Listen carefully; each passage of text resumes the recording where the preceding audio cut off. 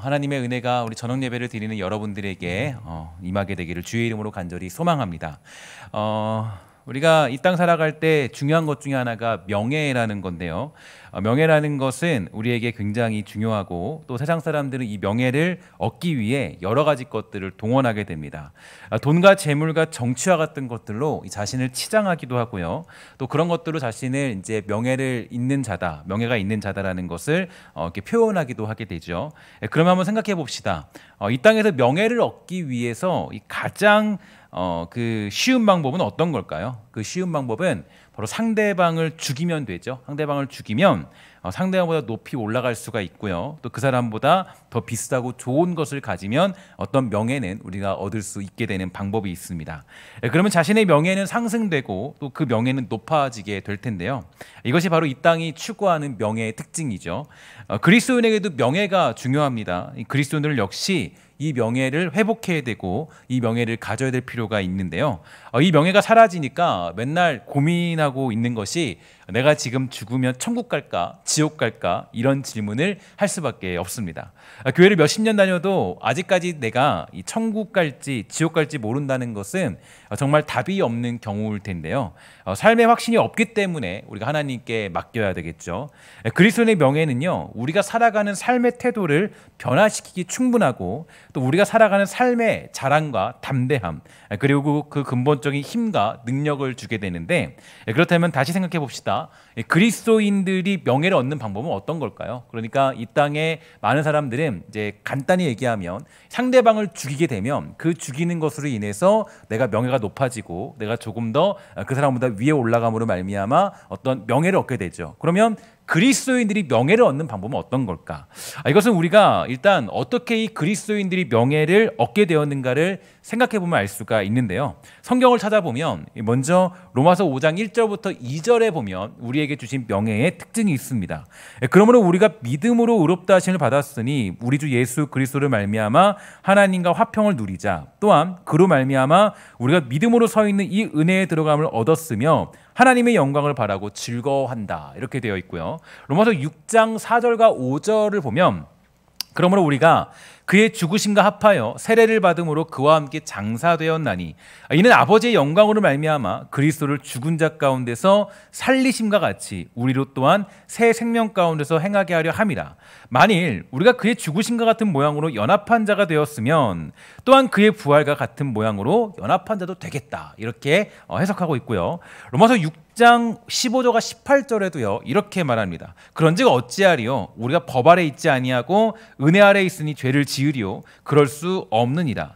너희 자신을 종으로 내주어 누구에게 순종하든지 그 순종함을 받는 자의 종이 되는 줄을 너희가 알지 못하느냐. 혹은 죄의 종으로 사망에 이르고 혹은 순종의 종으로 의에 이르느니라. 하나님께 감사하리로다. 너희가 본래 죄의 종이더니 너희에게 전하여 준 바 교훈의 본을 마음으로 순종하여 죄로부터 해방되어 의에게 종이 되었느니라. 그리고 마지막으로 로마서 8장 11절 이렇게 되어 있습니다. 우리 다 같이 이 말씀을 읽어보도록 할까요? 시작.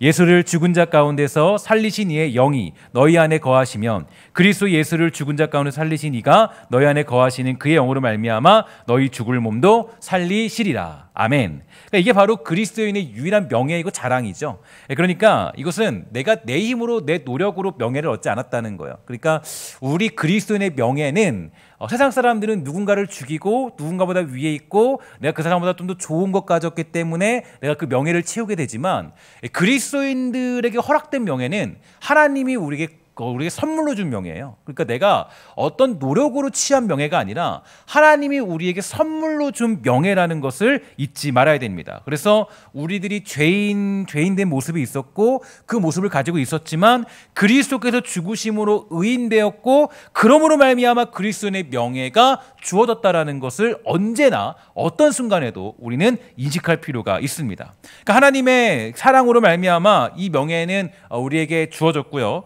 또 그렇게 그렇게 은혜를 받았고 긍휼과 용서, 이것으로 이 명예의 성격을 표현할 수 있겠죠. 그러니까 이게 좀 완전 반대예요. 그러니까 이제 어떤 세상의 명예는 용서와 긍휼이 아니라 그 사람보다 내가 좀 더 위에 있어야 돼요. 선함도 위에 있어야 되고 어떤 잘남도 위에 있어야 되고 뭔가 뛰어남도 내가 더 위에 있어야 되고, 그렇게 명예를 얻는 거예요. 그런데 우리 그리스도인들의 명예의 시작은 하나님의 사랑으로 인한 죽음이고, 또 그 은혜를 받았고 긍휼과 용서로 말미암아 내가 이 명예라는 것을 얻게 된 거예요. 그래서 이게 특징은 우리 힘으로 얻지 않고 은혜로 받게 된 이 명예에는 예수님의 십자가 지심이 담겨 있고요, 또 죄인을 용서하시는 그분의 긍휼이 담겨 있고, 또 그 사랑이 담겨 있는 게 바로 명예의 특징입니다. 이게 바로 우리가 누리고 있는 그리스도인의 명예다라고 얘기할 수가 있겠죠. 우리는 이 명예를 가지고 살아갑니다. 이 명예가 사라지면요, 그리스도인의 존재는 사라질 수밖에 없죠. 이 명예를 이해하지 못하면 이 그리스도인의 태도는 변화될 수 없습니다. 그러니까 언제나 이 기초적인 그리스도인의 명예, 이 명예를 내가 기본적으로 깨달았을 때 이 그리스도인의 진짜 변화, 그리스도인의 진짜 능력들이 나타나기 시작하는데, 왜냐하면 우리는 이 명예를 가지고 살아야 되기 때문이에요. 하지만 세상에서 명예를 얻을 수 있는 가장 큰 원동력은 상대방을 죽이는 것입니다. 그러니까 여러분, 사실 공부하면서도 함께 공부하던 사람도 죽여야 내 명예가 올라가는 거예요. 내가 1등을 해야 되죠. 1등을 해야 내가 명예가 올라가요. 그리고 함께 돈을 벌던 사람도 내가 죽여야 돼요. 이 사람보다 내가 돈을 많이 벌려면 이 사람과 함께 나눌 수 없어요. 그럼 내가 돈을 못 벌게 되는 거예요. 그러니까 뭐 해야 되냐면은 이 사람도 죽여야 돼요. 그러니까 이 돈을 버는 사람도 죽여야 됩니다. 모든 일마다 시시비비를 정확하게 가려서 저 사람은 나쁜 사람이고 나는 의로운 사람이다, 아니면 저 사람은 능력이 없지만 나는 능력이 있다고 해야 명예를 얻게 되는 거예요.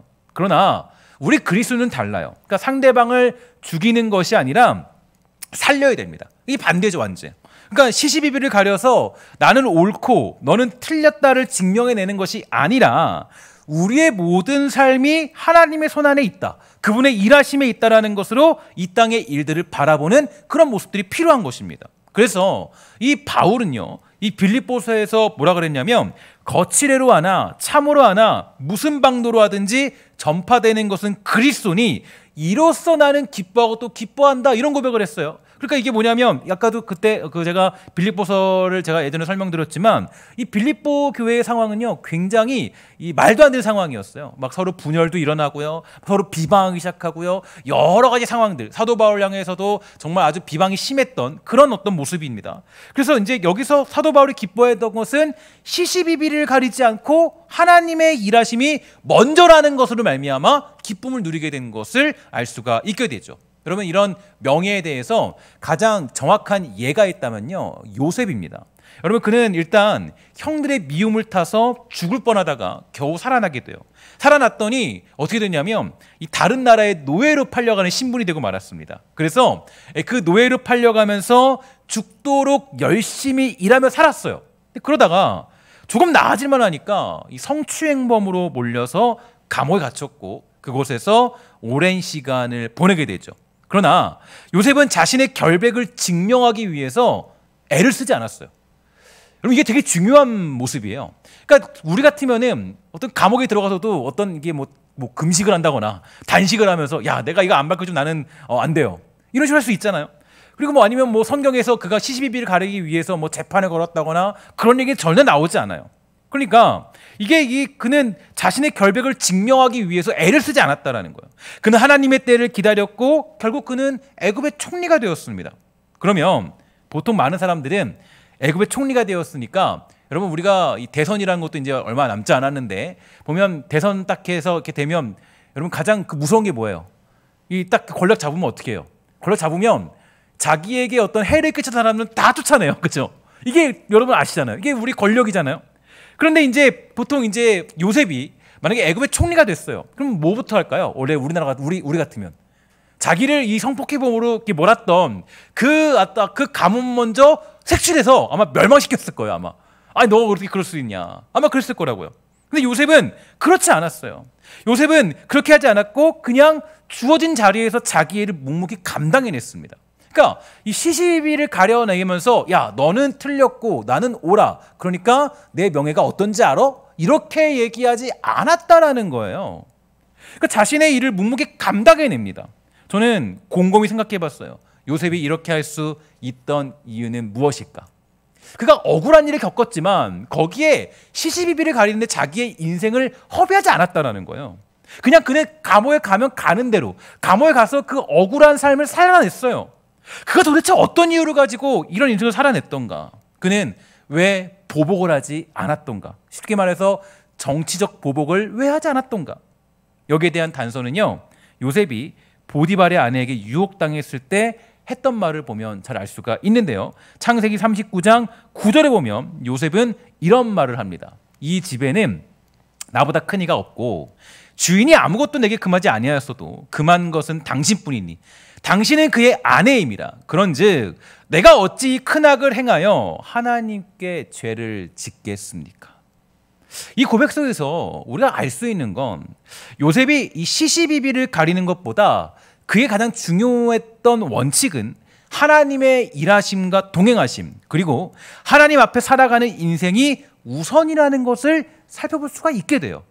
그러니까 이 요셉을 봤을 때 요셉이 추구했던 명예는 야, 내가 성폭행으로 몰리지 않는 거야, 이게 아니라 그는 하나님 앞에 살아가는 거야. 하나님 앞에 살아가는 모습, 이게 인생에 가장 중요하다라는 것을 이 요셉은 알았던 거예요. 그러니까 세상이 말하는 권력과 힘, 간교한 방법들로 자신의 명예를 세우지 않았습니다. 그가 가지고 있는 유일한 명예는 오직 하나님 앞에 살아가는 자신뿐이었어요.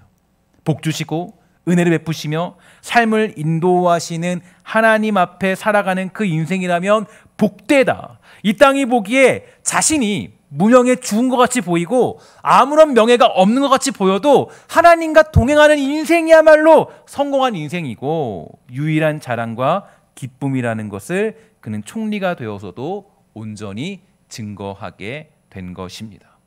저는 오늘 말씀을 준비하면서 요셉이라는 인물이 떠올랐고 그 인물을 해석해 보면서 생각난 말씀이 바로 고린도 후서에 나타난 말씀인데요. 고린도후서 6장에는 아주 여러분들이 자주 들었던 말씀들이 있죠. 이 말씀이 있습니다. 3절부터 10절까지 내용인데요.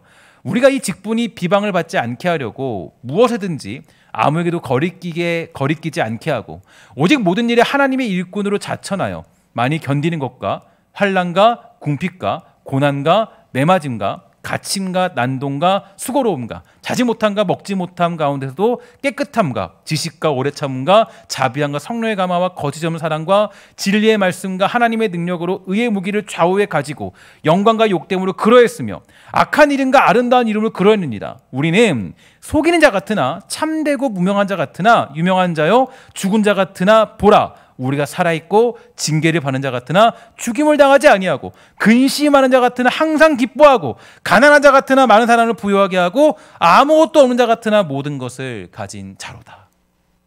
이게 바로 사도 바울이 얘기하는 명예예요.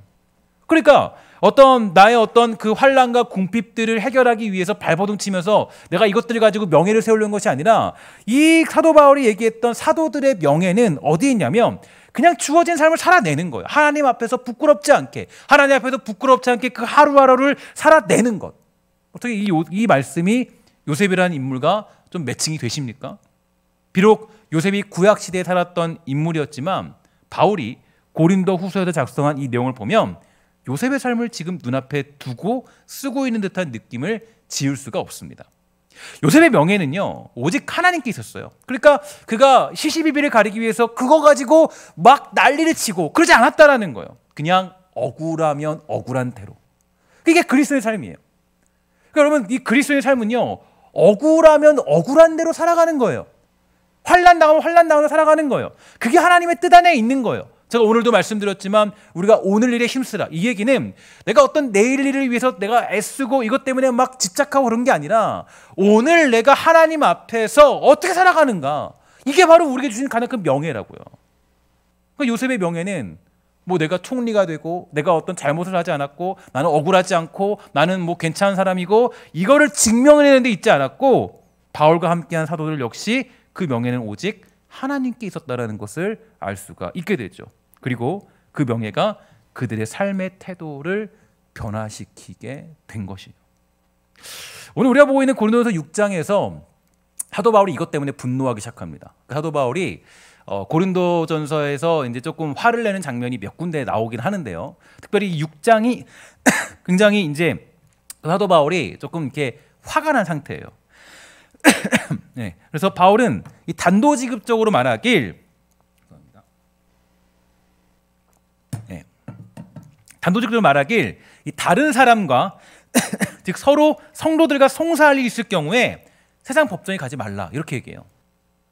그럼 이게 사도 바울에게서는 이해가 안 가는 거예요. 사도 바울에게는 정말 너무 화가 나는 장면이죠. 그러니까 여기서는 조금도 예외를 두지 않고 아주 작정한 듯이 말하고 있는데요. 심지어 5절에 보면 사도 바울이 잘 쓰지 않은 단어가 나와요. 내가 너희를 부끄럽게 하여 이 말을 한다라고 얘기합니다. 그러니까 이게 세상 법정에 교회의 송사를 맡겨버리는 것은 너무 부끄러운 일이라는 거예요. 왜 부끄러운지 좀 이해 가시죠? 아까 그 그리스도의 명예가 뭔지, 요셉이 추구했던 명예가 뭔지 여러분 기억나시죠? 억울하면 억울한 대로 살아가는 거예요. 억울한 거를 내가 시시비를 밝히는 게 명예를 회복하는 게 아니라고요. 요셉이 그렇게 살았어요. 그리스도로서 명예를 송두리째 버린 거다. 야, 시시비비 가리기 위해서 세상 법정에 송사를 해? 야, 어떻게 그리스도인이 그럴 수 있어? 하나님 믿는 사람들이 너희들이 얻은 명예가 어떤 건데? 너희들이 얻은 명예가 어떤 건데? 거저 하나님이 주신 거 아니냐? 근데 왜 너희들이 이거 가지고 너희들의 의로움을 드러내기 위해서 왜 세상 법정으로 끌고 가느냐? 원래 바울은 4장 14절에 보면요, 이런 문장이 있어요. 뭐라 그러냐면 여기 반대죠. 내가 너희를 부끄럽게 하려고 이것을 쓰는 것이 아니다. 이게 반대예요. 6장에서는 이 바울이요 좀 화가 난 거예요. 그러니까 내가 너를 부끄럽게 하려고 이걸 쓴다라고 얘기해요. 6장에서는요. 고린도 교인들을 그 4장에서는 위로하고 격려했는데 여기서만큼은 이 사도 바울이 조금도 양보할 수 없는 거예요. 우리식으로 말하면 드디어 엄마가 말도 안 되는 말을 하는 자녀를 어르고 달래주고 하다가 매를 들기 시작한 거예요. 부모님은 웬만하면 자녀에게 손을 대지 않죠. 때리지 않아요. 그런데 언제 매를 들고 무섭게 돌변할까요? 제가 물론 몇 번 화를 낸 적이 좀 있는데, 근데 제가 한번 되게 크게 한번 화를 낸 적이 있어요. 언제냐면 저희 아이와 함께 이 슈퍼를 다녀오다가요, 이 아이가 하도 때를 써가지고 껌을 사러 갔습니다. 껌을 사러 갔는데 이것도 원래 사면 안 되는데 하도 조르니까 엄마 몰래 이렇게 막 이렇게 사줬던 기억이 있어요. 어쨌든 간에 이제 이 슈퍼를 지나서 이 신호가 없는 이 횡단보도를 지나게 됐는데요. 이 아이가 이렇게 오다가 껌 산 거를, 껌 한 통을 횡단보도 중간에 이렇게 떨어뜨린 거예요. 그러자 제가 그러니까 이제 껌을 떨어뜨리니까 제 아이가 그 껌을 줍겠다고 횡단보도 중간에 딱 멈춰선 거죠. 그러자 이 옆에서 저기서 보고 있던 제 아내가 반응이 어땠을까요?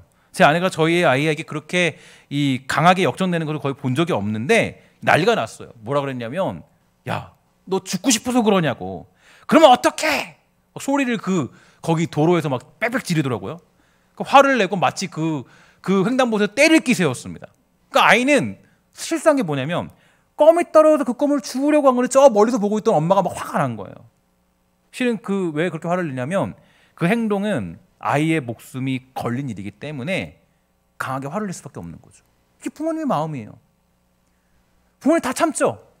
다 참아요. 그런데 이 교통사고 날 수 있으니까 여기에는 이게 없는 거예요. 용서가 없는 거예요. 여기에는 진짜 아주 버럭 화를 내는 거예요. 자, 그러면 이게 이해가 가시죠?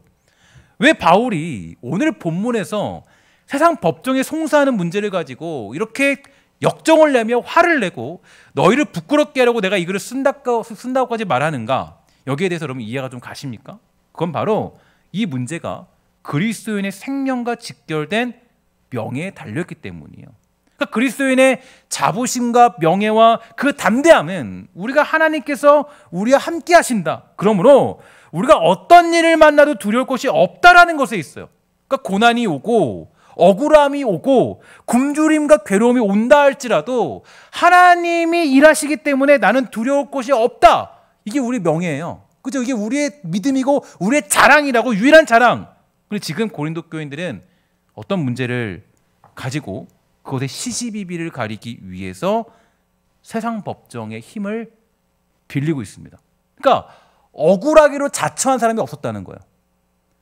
그러니까 내가 억울한 길을 걸어가도 괜찮다라는 그런 길을 자처한 사람이 없었다라는 거예요. 싸움이 벌어진 거예요. 근데 이게 해결이 안 되니까 세상 법정에 끌고 가는 거예요. 특히 이 문제는 아마도 이 물질에 관련된 것으로 보입니다. 교인들이 서로 이 돈을 빌려줬고 그것을 받지 못하자 교회에서 해결하지 못하고 세상 법정의 힘을 빌리게 된 것이죠. 바울은 이러한 상황을 마치 우리가 재판받아야 할 어떤 일이 생겼는데 이 문제를 가지고 대법원에 가서 해결하는 것이 아니라 어린아이에게 가서 그 문제를 해결하는 것과 같다라는 생각을 한 것 같습니다.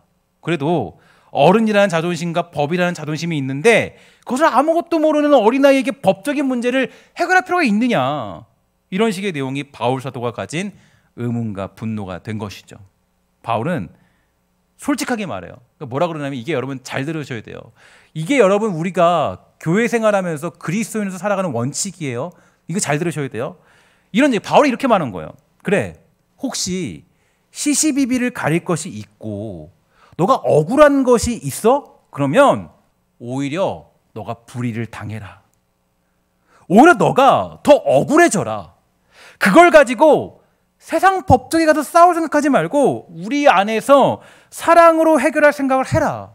우리가 받은 명예가 사랑과 긍휼과 용서이니까 우리의 명예도 바로 이것으로 지켜져야 한다라고 우리에게 알려주고 있는 거예요. 그래서 여러분, 교회 안에는요, 옳은 자들이 다수를 차지해서는 안 돼요. 그러니까 옳은 사람들의 업적만 남는 것이 아니라 오히려 교회 안에는 어떤 사람이 필요하냐면 억울한 사람들이 많아야 돼요. 억울한 사람들이. 그러니까 억울한 사람이 많다는 건 참아내는 사람들이 많아야 된다는 거예요. 이거 가지고 내가 시시비 가려서 내가 어떤 명예를 높이는 게 아니라 이 억울한 사람들이 더 많아져야 돼요. 빛이 안 나는 업적이 많은 교회가 좋은 교회이고 아름다운 명예를 가지고 있는 성도들의 모습이라는 거죠. 우리는 이 땅에서 인정받는 것이 중요하지 않아요. 만약 그랬다면 성경에서 요셉이 이 땅에 재판을 걸어가지고 그가 자기의 누명을 벗었더라, 이렇게 강조되었을 거예요. 그렇게 않죠. 요셉은 그냥 그 억울한 채로 끌려갑니다. 예수님도 억울한 누명을 쓰고 억울한 그런 어떤 재판을 받고 말도 안 되는 사람들의 어떤 그런 그 외침 속에서 예수님은 그 길을 걸어가셨어요. 그러니까 예수님의 길 자체가 억울한 길이에요. 그분의 죽음 자체가 억울한 길이에요. 그분은 그 길을 걸어가셨다고요. 그러니까 내가 이 세상에서 인정받는 것은 별로 중요하지 않아요. 어떤 큰 교회를 세웠느냐, 얼마나 많은 간증거리를 가지고 살아가느냐, 내가 예수 믿었더니 얼마나 높은 자리에 올랐더냐, 이게 우리의 목표가 아니라 사실 이 말씀을 조금 바꿔서 얘기하면 얼마나 우리가 억울해질 것인가. 사실 이게 그리스도인의 가장 큰 고민이 돼야 돼요. 얼마나 내가 억울하게 될 것인가. 그러나 그 억울함은요, 슬픔으로 끝나지 않아요. 사도 바울이 뭐라 그랬어요? 뭐라 그랬죠?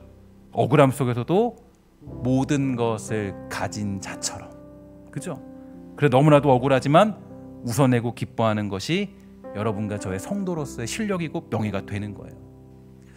미움받을 용기라는 책이 있는데요, 제가 한때 그 아들러에 푹 빠져가지고 아들러 책을 아주 열심히 정독했던 적이 있습니다. 근데 이제 미움받을 용기는 물론 이제 그 아들러의 그 추종하는 그분이 이제 쓰신 건데요, 제가 이 책에서 아주 감명 깊게 살펴볼 수 있었던 것은 이런 내용이 있었어요. 과거의 트라우마적 사건에 현재 내 인생을 맡길 수 없다.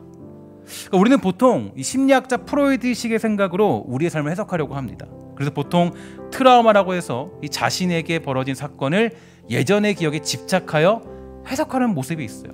그러나 우리가 살아가야 될 곳은 과거적인 사건이 아니라 지금 여기를 살아가야 한다라는 거예요. 그러니까 우리는 예전에 어떤 억울한 일들을 가지고 시시비비를 가려내는 인생을 살아가는 것이 아니라 지금 현재 나에게 주어진 삶들 속에서 내가 예수 그리스도가 걸어가셨던 그 길을 걸어가고 있는가가 훨씬 더 중요하다는 거죠. 사랑하는 여러분, 로마서 8장 1절부터 2절까지는 우리에게 이렇게 말해주고 있습니다. 우리 함께 이 말씀을 읽어보도록 할게요. 시작. 그러므로 이제 그리스도 예수 안에 있는 자에게는 결코 정죄함이 없나니 이는 그리스도 예수 안에 있는 생명의 성령의 법이 죄와 사망의 법에서 너를 해방하였습니다. 아멘.